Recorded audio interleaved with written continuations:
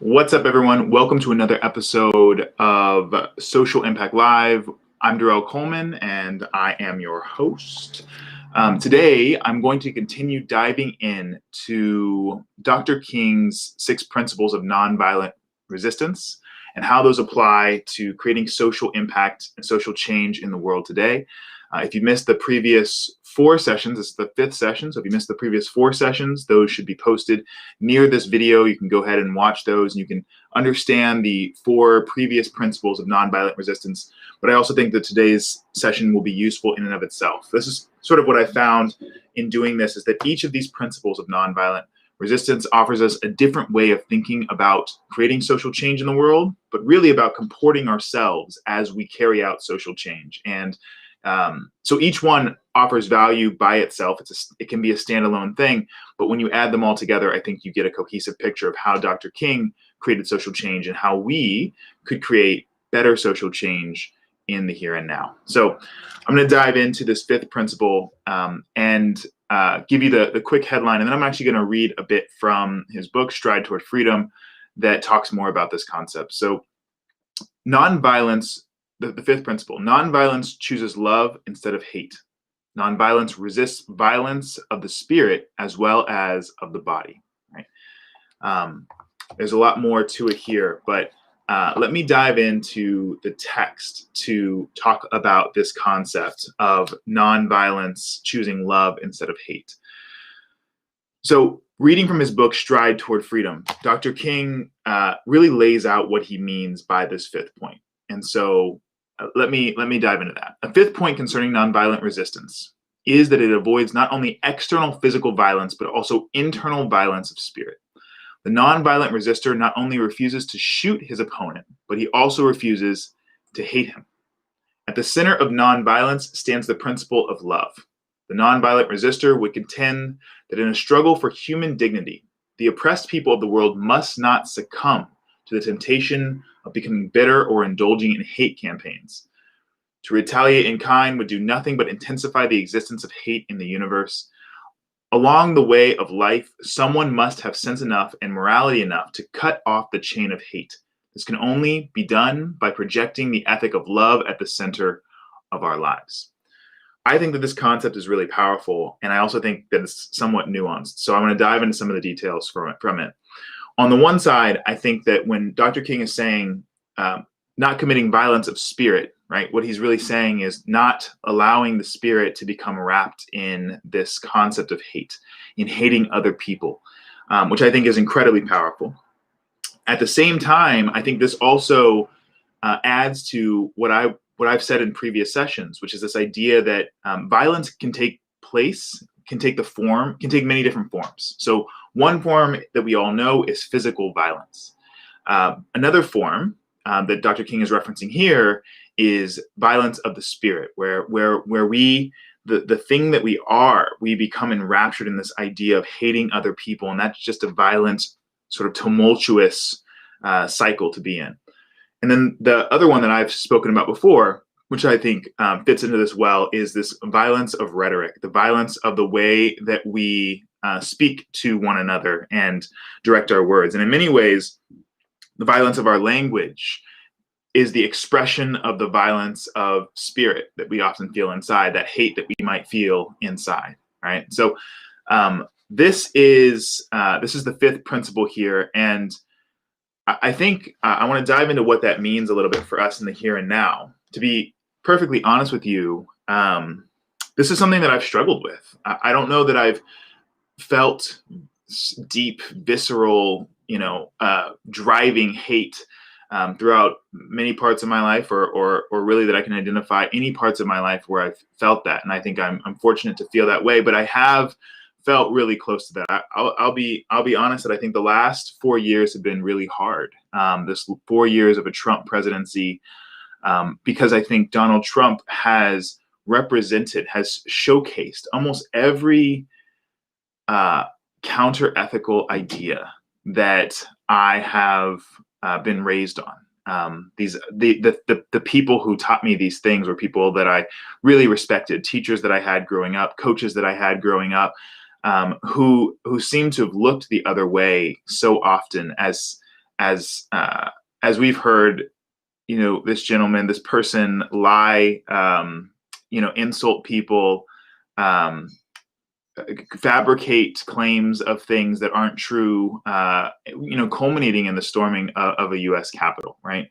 And so for me, what's been really challenging within this is to try to sit and stay in a place of understanding. I've tried to understand that people, no one is perfect, and that people vote for people because of a set of reasons that seem to make sense to them.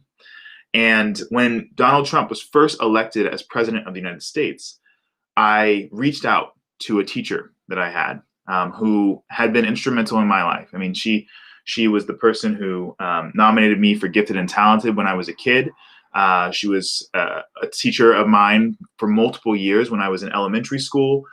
Someone who cares for and has cared about my family, but who I knew was an open and very avid supporter of Donald Trump. And those two things felt contradictory given the narrative that we hear publicly. And so I reached out to her to learn more about her perspective on why she voted for Donald Trump. Why did she vote that way? And she gave me her reasons, which were deeply rooted in her own faith, and her belief in the sanctity of life, and that many of the things that I saw, right, that I saw in him, that I saw expressed by him, they didn't seem to register the same way. It's like we were listening to different news stations, we were reading different news articles, and this was back in 2016. And I think in many ways that has amplified since then, right?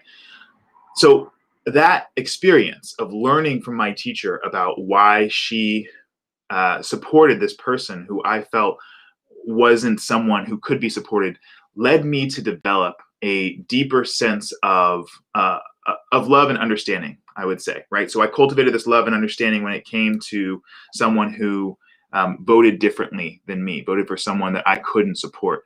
But over the last 4 years, it's been really hard to sit in a place of love.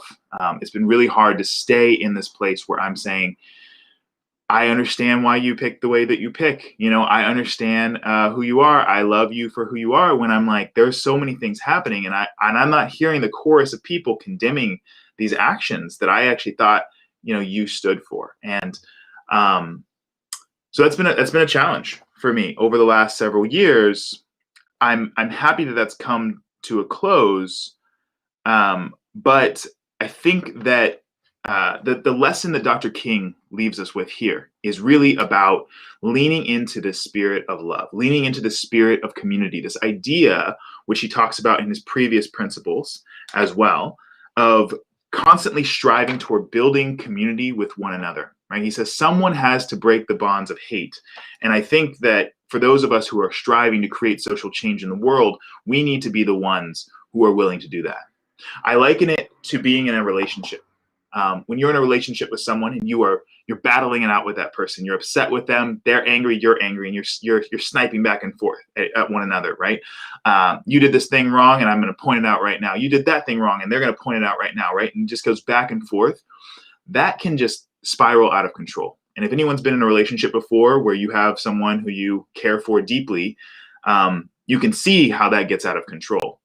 At some point, someone needs to decide that they're no longer going to engage in that action.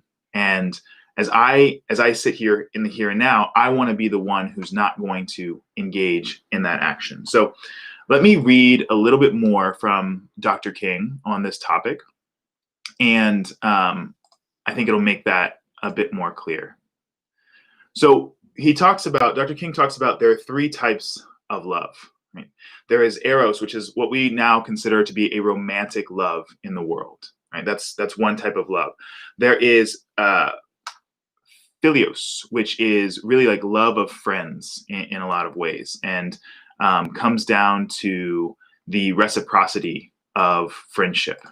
And then the last one is agape. Agape is a type of love that really is rooted in the acknowledgement of the spirit and the divine nature in many ways of other people, right?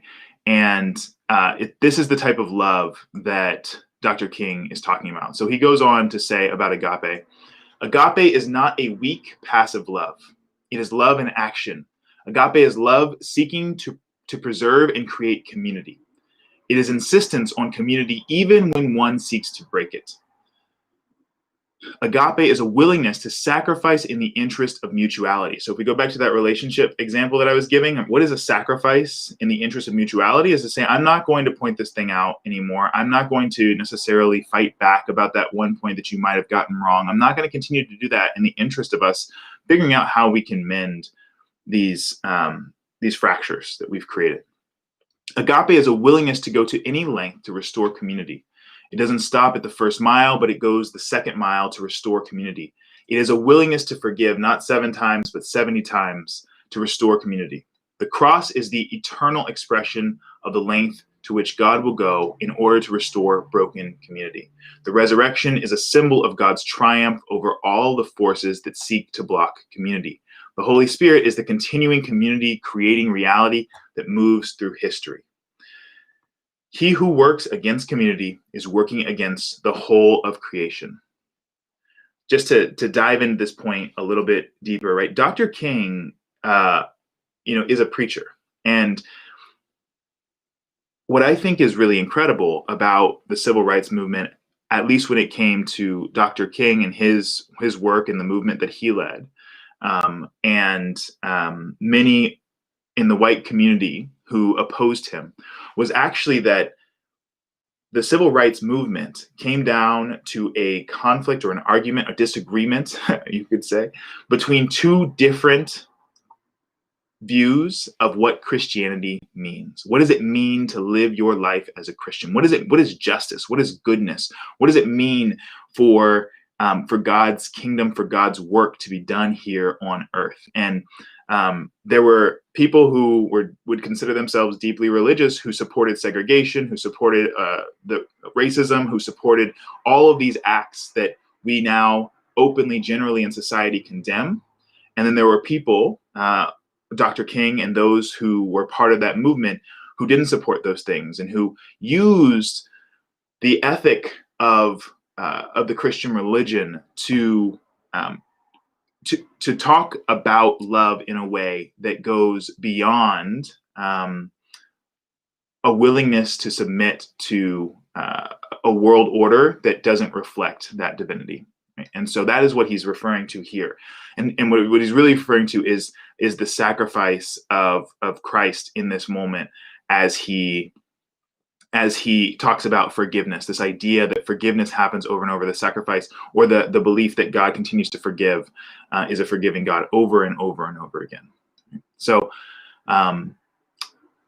he who works against community is working against the whole of creation, right? Therefore, if I respond to hate with a reciprocal hate, I do nothing but intensify the cleavage in broken community. I can only close the gap in broken community by meeting hate with love. If I meet hate with hate, I become depersonalized because creation is so designed that my personality can only be fulfilled in the context of community.